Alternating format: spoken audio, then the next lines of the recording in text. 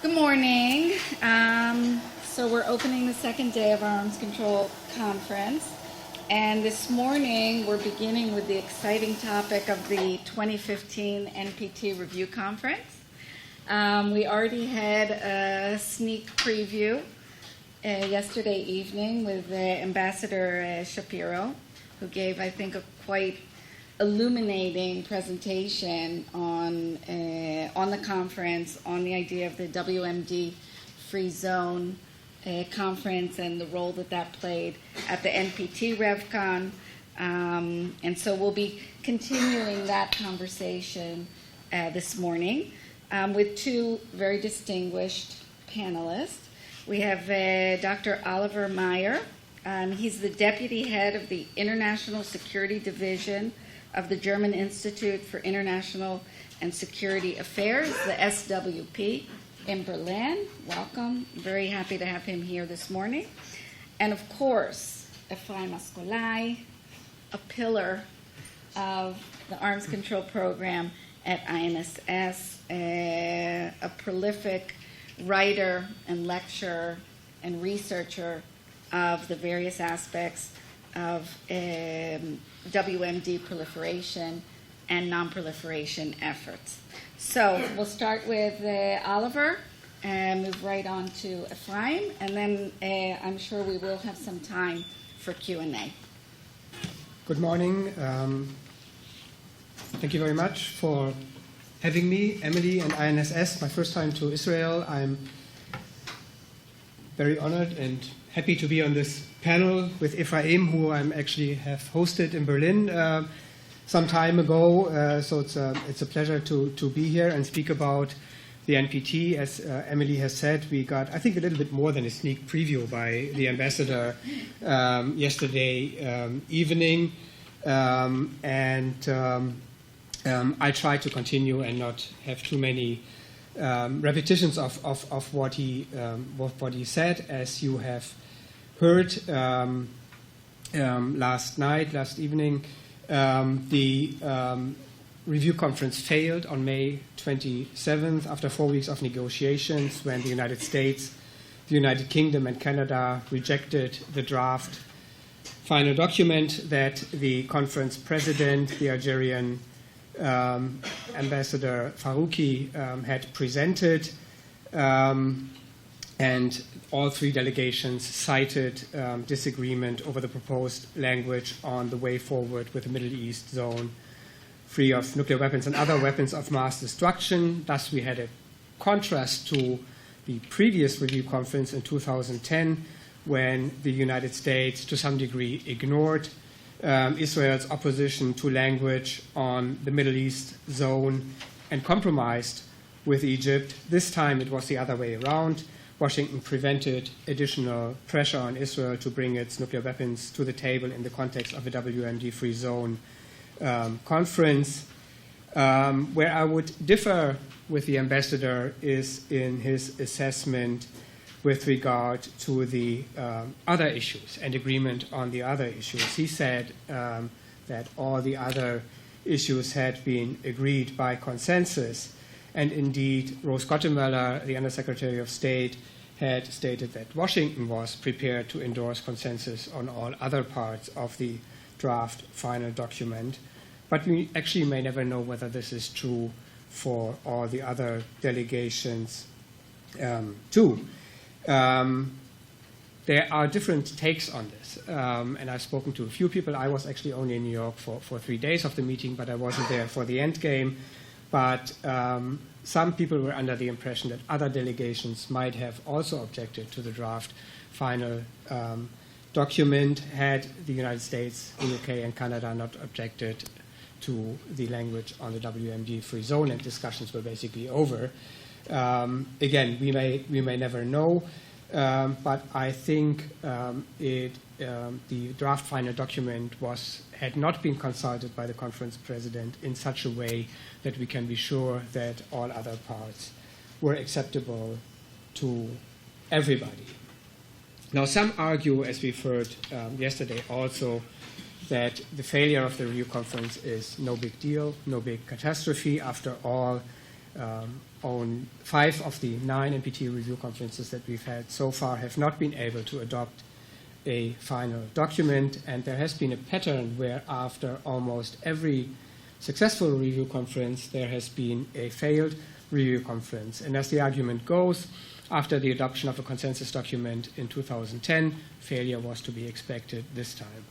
I think this argument is wrong. It ignores the context and the trends that exist in the international nuclear order. And my remarks here are inspired also by a conversation I've had with an Israeli colleague, actually, a couple of months ago, ahead of the review conference earlier this year. And I asked him what Israel's best case for the review conference would be.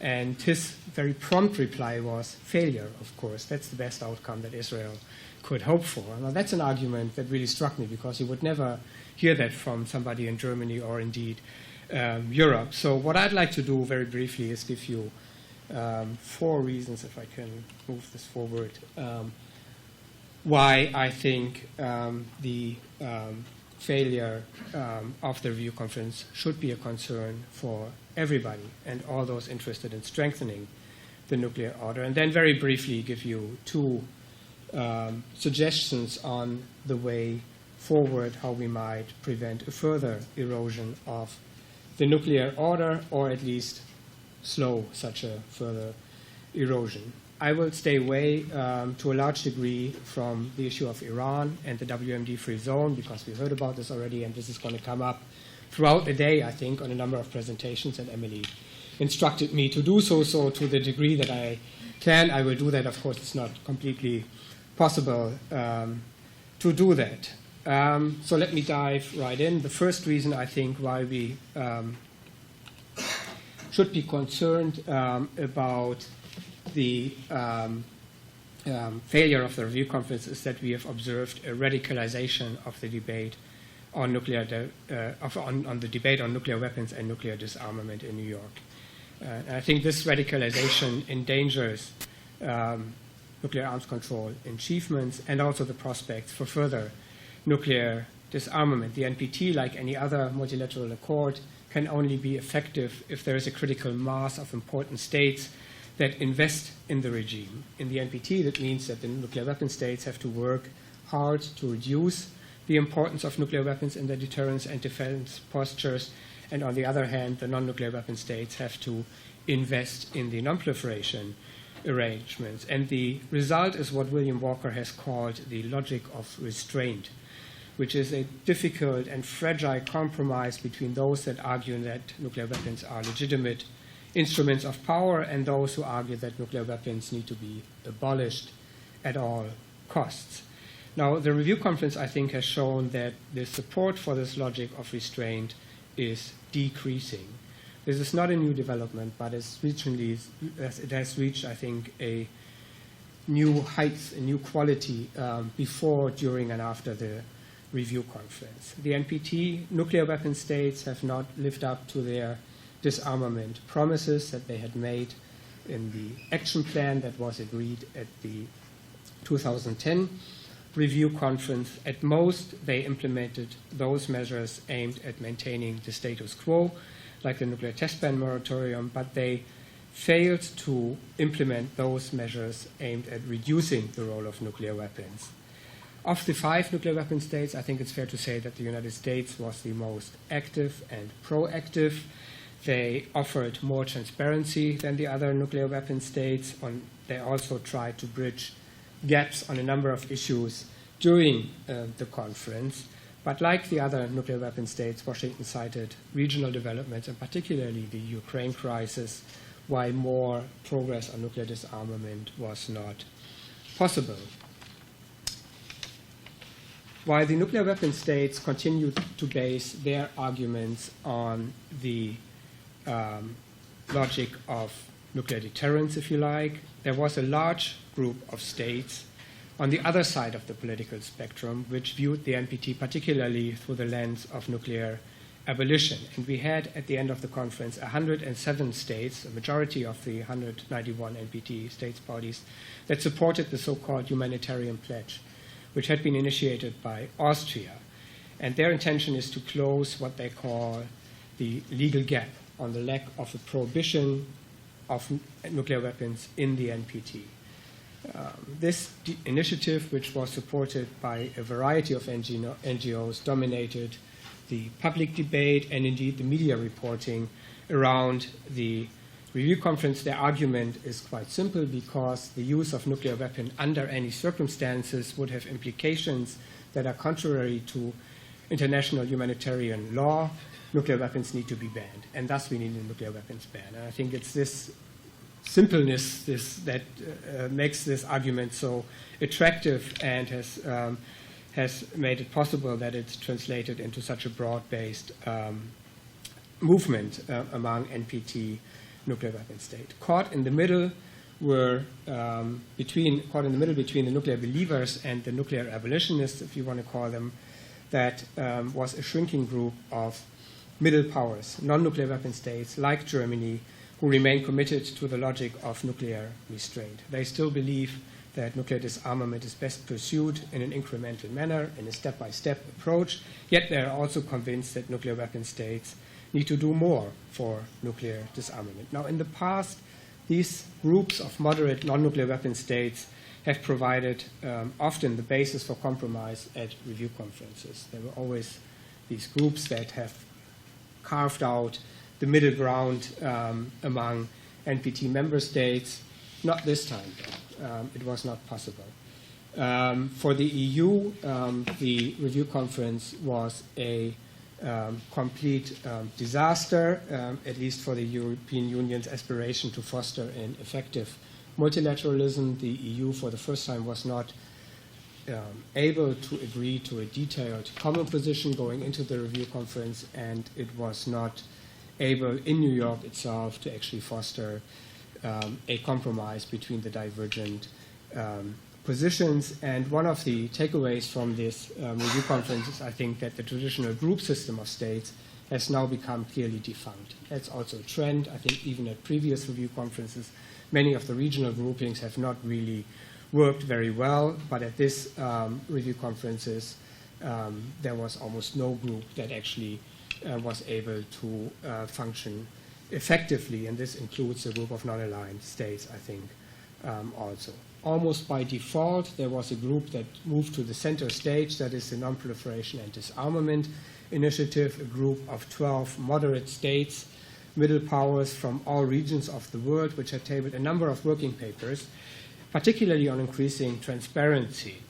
And indeed, in the draft final document, which was not adopted, the language on transparency that you find in there is largely based on proposals from the NPDI, the Non-Proliferation and Disarmament. The challenge for this group will be, I think, now to live up to the challenge of acting in a more coherent manner also in between review conferences and increasing their political weight. And I will come back to that in my conclusions.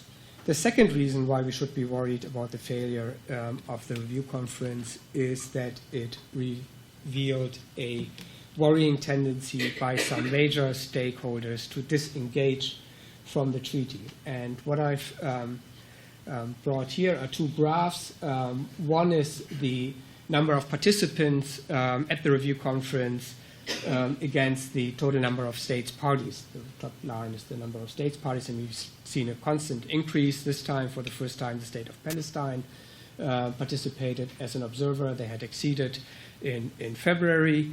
And you see that we had this time 148 states parties actually in New York, which for a review conference is the lowest number of participants since 1995, since the extension conference. So that's a worrying trend, and I'm afraid this gap between number of states parties and participants might grow in the future. And the other worrying tendency is the lack of attention. And what you see here is the number of articles in 6 major international newspapers that staff at SWP compiled on NPT review conferences in the week, from the week before the review conferences to the week after the review conference. And you know, it varies, of course, with the importance of the review conference. 1995, you saw a large number of press coverage because it was a review and extension conference. Actually, 2000 is missing here, but it would be in between the 2005 and 1995 coverage. And then 2010, again, quite a good coverage. And this time, almost no press coverage, including in Germany. You find very, very few articles on the review conference. So that's another indication, I think, of the lack of disengagement and interest on the review conference. Even more worrying, I think, is the lack of willingness to address some of the really tough challenges facing the NPT. And I would just want to give you one example, and that is the violation of Russia of the Budapest Memorandum and the negative security assurances given to Ukraine in 1994. Comparatively few delegations, I would argue, really openly addressed this problem for the NPT, including nuclear weapon states and the Western nuclear weapon states. And there were some interpret this that even Western nuclear weapon states were not willing to speak out openly on this matter because they wanted Russia to act cooperatively on a number of other issues, including the WMD free zone. Russia, of course, is a depository state. But this, of course, is a big problem for the NPT. And it's somewhat ironic that this lack of engagement by established NPT states happened against the background of increased engagement by other actors, particularly Israel, which for the first time since 1995 participated as an observer, also submitted a working paper to the meeting, and many participants, and I think the ambassador yesterday also pointed out that this marks a very different attitude from 5 years ago, and I'd be very interested to hear your views on the significance and implications of that steps. The danger I see is that the NPT, that the treaty will slide into oblivion, similar to what has happened to the Biological Weapons Convention over the last 10 years or so, where you now have a number of technical meetings but no high-level attention to the treaty. This disengagement can also lead to a vicious circle where the lack of attention and agreement results in a reduction of political and bureaucratic resources being devoted to multilateral instruments like the NPT, which again then increases the likelihood that there's no agreement at meetings such as the NPT review conference. The lack of engagement could also mean that it will become increasingly difficult to isolate states that are in non-compliance. The NPT remains the most important basis, normative basis, procedural basis for addressing violations of international rules, norms, and procedures, as has happened in the case of North Korea and Iran. And it's also an important foundation for clarifying lesser violations or past cases of non-compliance. And if we have less attention focused on the basis for engaging these violators, I think that's a worrying trend also.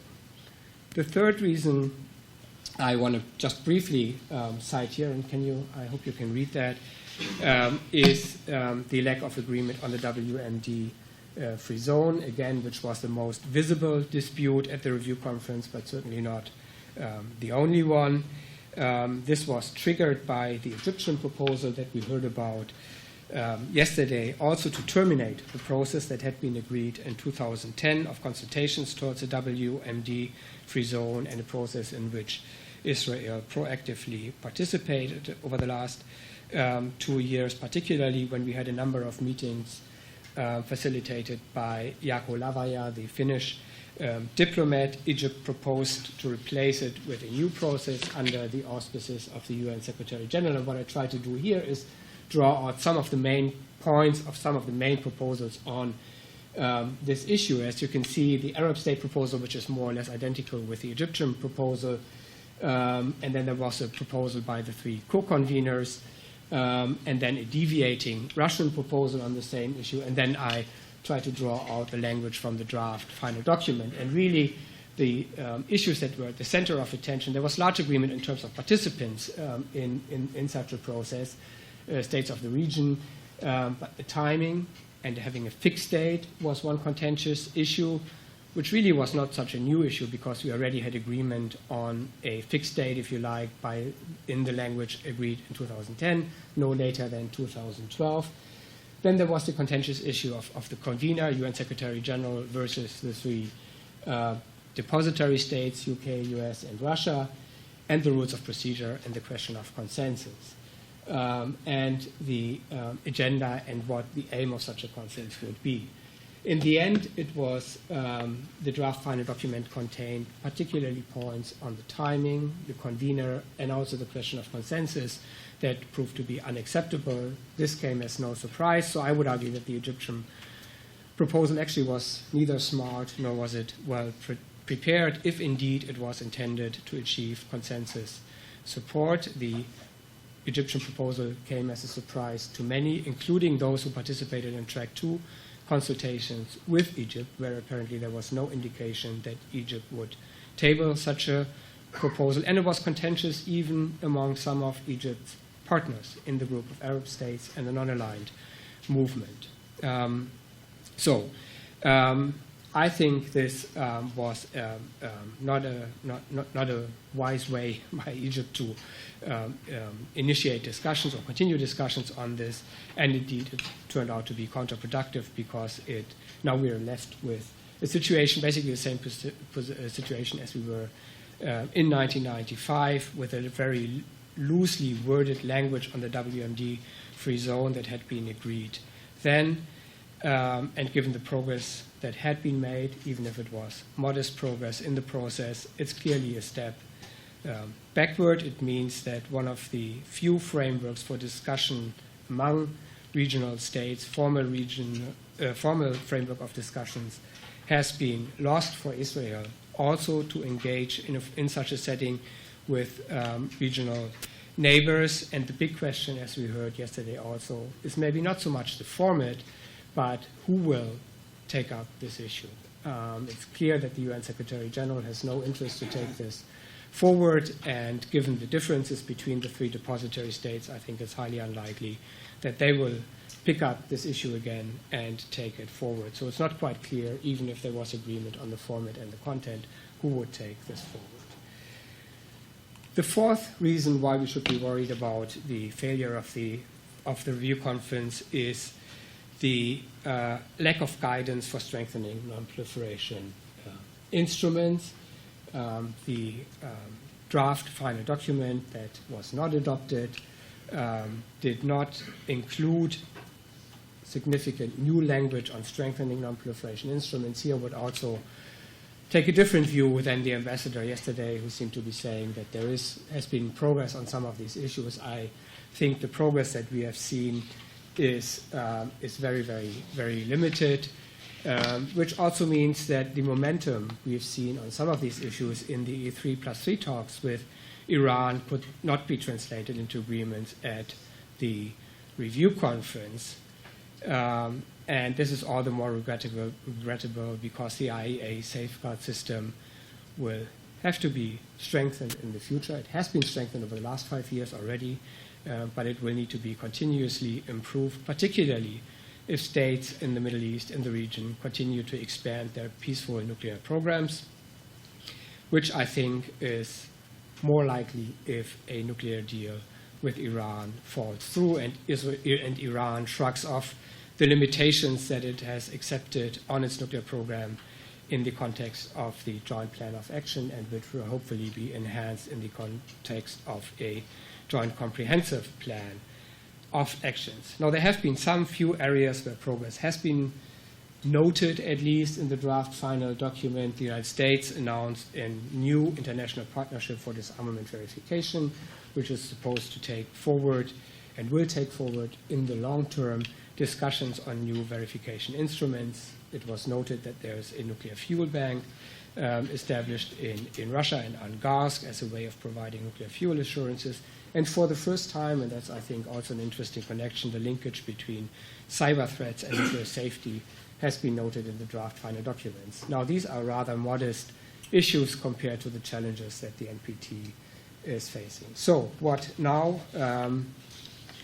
Let me make two quick suggestions on the way forward, again, ignoring the WMD free zone issue for the moment.